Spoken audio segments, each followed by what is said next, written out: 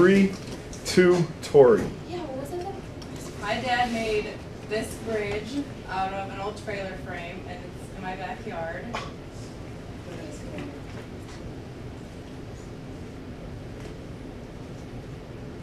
He made it by like taking pie-sized pieces out of the whole thing so that it made an arch that could support like everybody's weight, and it's lighted. So, the next one.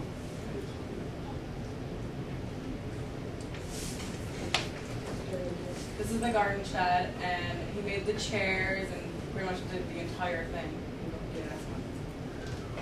He's technically an electrician, like that's what he does at Delfield.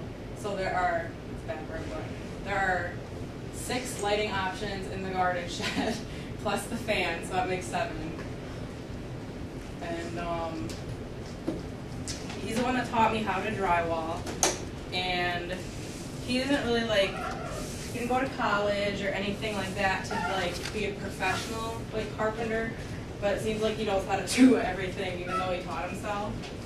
Like we just did redid mix room and like put laminate down and hung all new drywall and all that kind of stuff. So I'm going to teach you how to drywall, and this is going to like represent a wall, and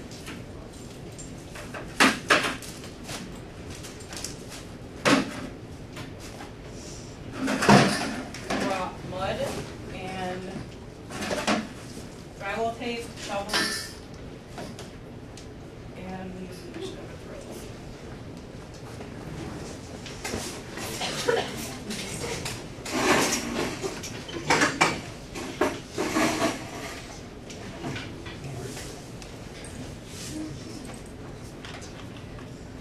I like to hang drywall without a stud finder, which my dad does not like about it. But I just normally mark with a pencil like where the board is, because it seems easier than getting the whole mechanics of a stud finder out. So you just, like, I'm just going to push it against the table instead of like a wall.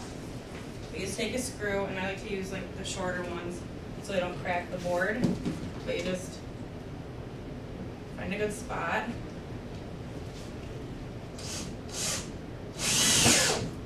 Correct it. That's too far. And you just put in a couple screws.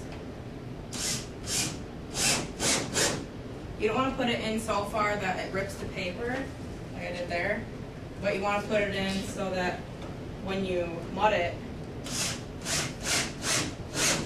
and you sand it, you don't have to like sand like actual metal down or have to put it more down and crack all the mud that you just put on.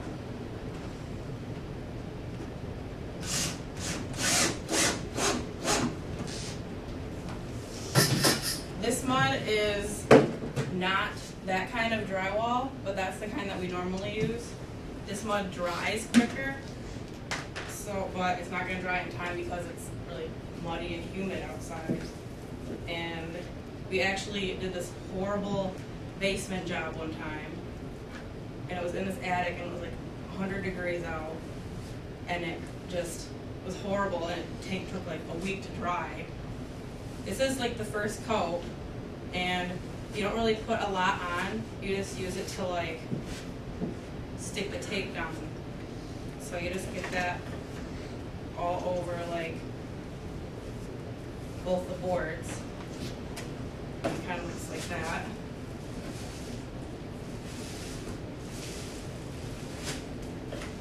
And the tape is to kind of like cover up the seam so that you don't have to put like 10 tons of mud on it. I'm just going to leave like the tape hanging out so you can tell like where it is. The next layer is to kind of like, you kind of wait till it's dry. And then you like use this layer to like squeeze the bubbles out of the tape. And then you kind of like put a layer on.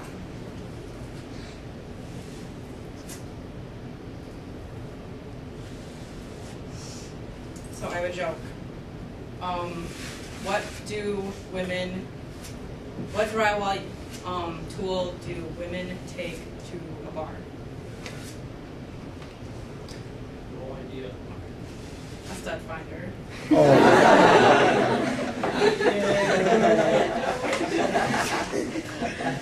Okay, so we're gonna pretend this is dry now.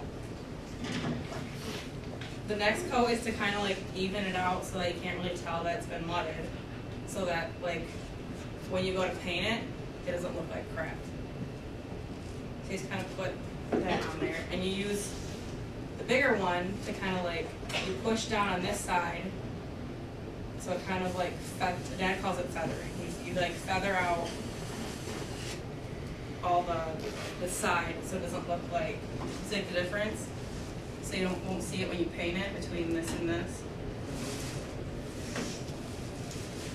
So you just do that.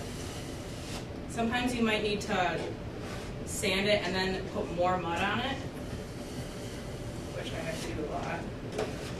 And for the screws, you just kind of like,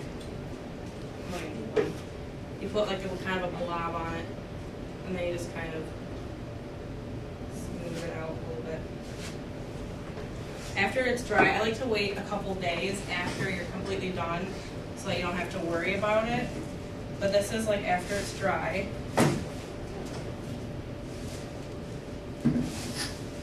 And then you use this thing to like sand it down. You can tell like where the tape was and everything. If you used corner bead, like if this was a corner going into a room, then you would put this on and you would nail it to the drywall, and then you would mud over it so that like the corner, if it gets bumped or banged, it doesn't look like bumped or banged. And you just kind of I'm gonna make a big mess in your room. That's okay. You just kind of it takes forever. Like you sand it and you kind of like look at it to see if it's level, and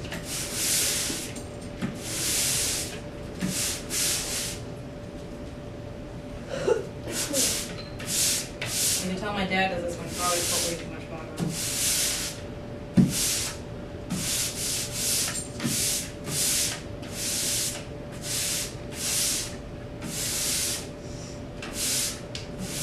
Are there any questions on sanding? That does make a big mess.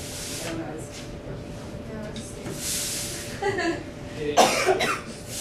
What if you take too much off, then you have to start again? You can put another layer on. But it washes out of clothes, which is nice. Like even if you put it on your clothes when it's wet, then it just is gone after you wash it. After you drywall, you can put primer on and paint it. You're pretty much good to go. Or you can buy like the Bear paint or whatever they have. And that's pretty much it. Cool.